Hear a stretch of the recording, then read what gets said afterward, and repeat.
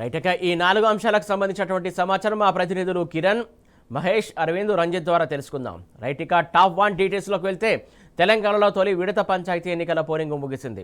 పెద్ద సంఖ్యలో ఓటర్లు క్యూ లైన్లలో బారులు తీరి తమ ఓటు హక్కును వినియోగించుకున్నారు.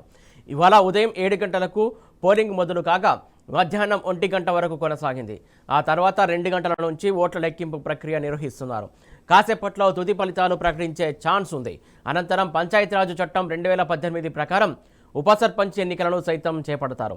తొలి విడతలో 4236 సర్పంచ్ స్థానాలకు నోటిఫికేషన్ విడుదల కాగా ఇందులో 396 సర్పంచ్ స్థానాలు, 9633 వార్డు స్థానాలు ఏకగ్రీవమయ్యాయి.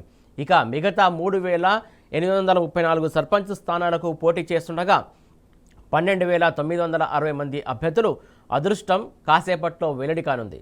తొలి విడతలో 56 లక్షలకు పైగా మంది ఓటు హక్కు వినియోగించుకున్నారు. ఇందులో పురుషులు 27 లక్షలు, మహిళలు 28 లక్షల మంది ఉన్నారు.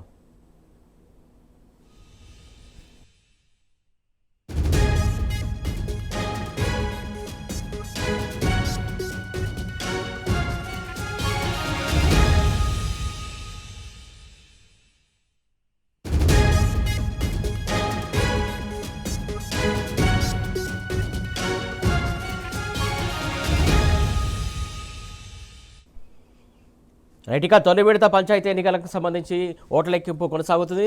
దీనికి సంబంధించి మా కరెస్పాండెంట్ కిరణ్ అందిస్తారు. కిరణ్ చెప్పండి. అయితే మొదటి దశ మా పంచాయతీ ఎన్నికల పోలింగ్ మధ్యాహ్నం 1 గంట వరకు ముగిసింది. 2 గంటల నుంచి ఆ ఓట్ల లెక్కింపు ప్రారంభమైంది. ప్రధానంగా సర్పంచ్ బ్యాలెట్ పేపర్లతో పాటు వార్డు మెంబర్లకు సంబంధించినటువంటి బ్యాలెట్ పేపర్లను వేరువేరుగా బండిల్స్ కట్టారు. అందులో ఒక్కో బండిల్లో 25 బ్యాలెట్ పేపర్లను కట్టలుగా కట్టి ట్రైలో వేసిన తర్వాత ఓట్ల లెక్కింపు అనేది ప్రారంభమవుతుంది. 2 గంటల నుంచి కౌంటింగ్ కూడా ప్రారంభమైంది. కొన్ని జిల్లాల్లో పూర్తి స్థాయిలో కొన్ని గ్రామ పంచాయతీలో కూడా సర్పంచ్ అభ్యర్థుల బీఆర్ఎస్ హవా కొనసాగుతున్నట్టుగా మనకైతే సమాచారం అందుతున్నటువంటి నేపథ్యంలో ఓవరాల్ గా 1 గంట వరకు పోలింగ్ పర్సెంటేజ్ కనుక చూసినట్లయితే గతంలో కంటే ఈసారి పోలింగ్ పర్సెంటేజ్ కొంత తగ్గినట్టుగా తెలుస్తుంది. ప్రస్తుతం ఆ పోలింగ్ పర్సెంటేజ్ ఏదైతే ఉందో 79.15% పోలింగ్ రాష్ట్ర ఎన్నికల సంఘం ప్రకటించింది. ఓవరాల్ గా పూర్తి స్థాయి పోలింగ్ పర్సెంటేజ్ మరి కాసేపట్లో వచ్చేటువంటి అవకాశాలు అయితే మనకు స్పష్టంగా కనిపిస్తా ఉన్నాయి. ఈ రోజు రాత్రి వరకు కూడా పోలింగ్ కౌంటింగ్ ఏదైతే ఉందో కౌంటింగ్ ప్రక్రియ అంతా కూడా ఫలితాలు ప్రకటించేటువంటి అవకాశం ఉంది. మొత్తంగా పూర్తి స్థాయి ఫలితాలు ప్రకటించిన తర్వాత ఉప సర్పంచ్ ఎన్నిక కూడా ఇదే రోజు జరుగుతుంది.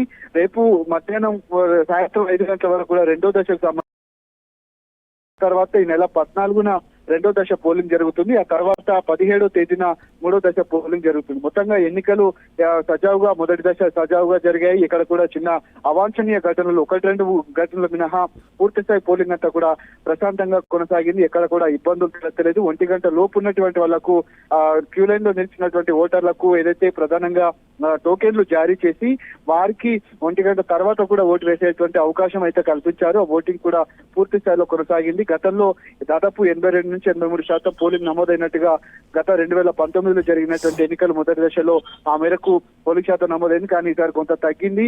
అటు ఆదిలాబాద్ జిల్లాలో కూడా పూర్తి స్థాయిలో పోలింగ్ పర్సెంటేజ్ కూడా తగ్గినట్టుగా తెలుస్తుంది. ఎందుకంటే కొంత చలి కారణంగా కావచ్చు, చిన్న చిన్న పనుల కారణంగా కూడా కొంతమంది ఉద్యోగాలు కూడా ఓటు వేసేందుకు అనాసక్తి చూపెట్టారు. పూర్తి స్థాయిలో 1 గంట వరకు అయితే పోలింగ్ ప్రశాంతంగానే కొనసాగింది. కౌంటింగ్ ప్రక్రియ కూడా కొనసాగుతుంది. సాయంత్రం వరకు అయితే పూర్తి స్థాయి ఫలితాలు మొదటి దశకు సంబంధించినటువంటి ఫలితాలు అయితే జరగనున్నాయి. ఉప సర్పంచ్ ఎన్నిక కూడా ఇవాళ కొనసాగనుంది.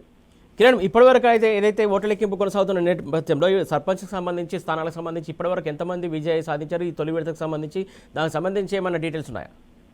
అంటే ప్రస్తుతానికి కౌంటింగ్ ప్రక్రియ కొనసాగుతుంది. కొన్ని జిల్లాల్లో మాత్రమే పూర్తి స్థాయి అప్డేట్లు ఇంకా మనకు రావాల్సి ఉన్నటువంటి నేపథ్యంలో సర్పంచ్ స్థానాలకు సంబంధించినటువంటి అంశంలో కూడా ఏదైతే కొన్ని జిల్లాల్లో ఇప్పటికీ కౌంటింగ్ ప్రక్రియ కొనసాగుతున్నటువంటి నేపథ్యంలో బీఆర్ఎస్ హవా కొనసాగుతున్నట్టు కూడా మనకు ప్రాథమికంగా సమాచారం అయితే అందుతుంది. ప్రధానంగా జిల్లాల నుంచి మరింత సమాచారం వచ్చిన తర్వాత ఎన్ని స్థానాల్లో గెలిచింది ఏంటి అనేది మనం చెప్పేటువంటి అవకాశం అయితే మనకు కనిపిస్తుంది.